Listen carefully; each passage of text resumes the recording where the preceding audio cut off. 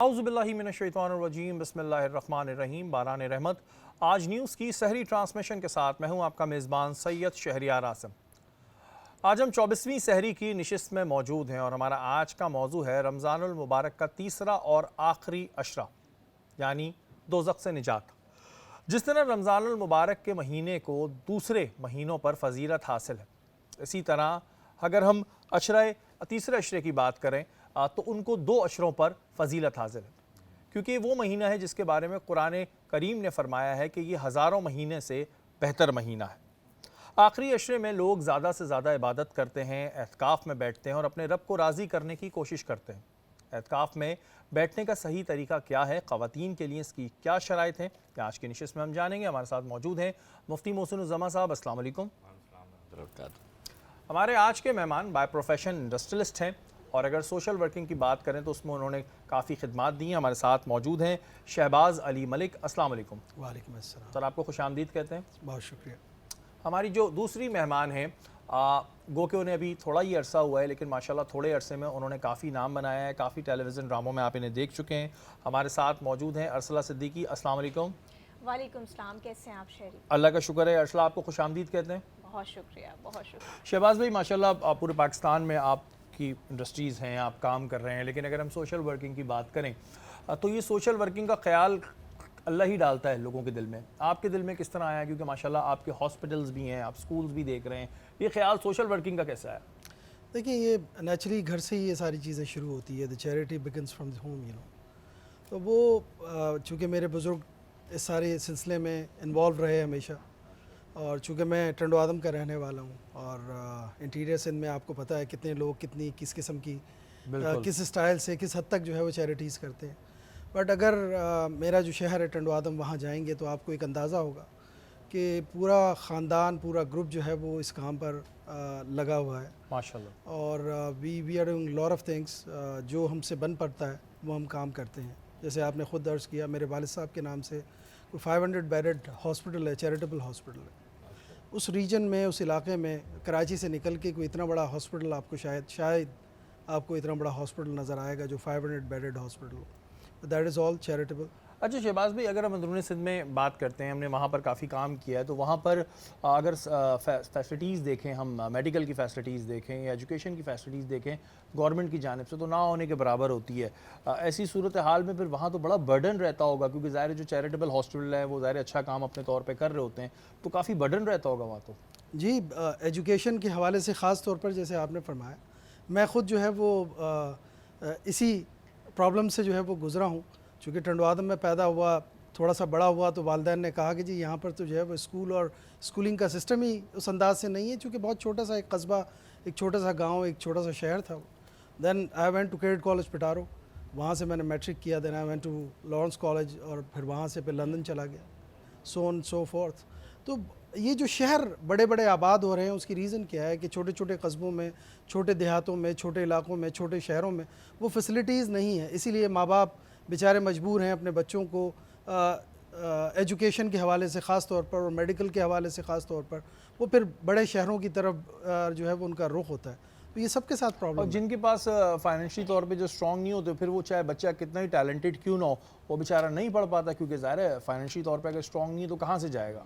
Unfortunate ہے، لیکن میرا خیال ہے اب میں یہ سمجھتا ہوں کہ بہت سارے ادارے ایسے ہیں جو ٹیلنٹ ہنٹ کے حوالے سے کام کرتے ہیں، اور اگر آپ ایجوکیشن میں تھوڑے سے اچھے ہیں تو پھر اسکالرشپس جو ہے وہ کوئی نہ کوئی آپ جیسا دوست، آپ جیسا ساتھی، آپ جیسا بھائی کوئی نہ کوئی سپورٹ تو کر ہی دیتا ہے ہمیں۔ اور یہ ایک بڑی اچھی بات ہے۔ دیکھیں، ہمارے یہاں لوگ پیسہ کما لیتے ہیں، پیسہ کمانا بڑی بات نہیں ہوتا، لیکن جو جتنا پیسہ کماتا ہے اس سے اتنا ہی کڑا حساب ہوتا ہے۔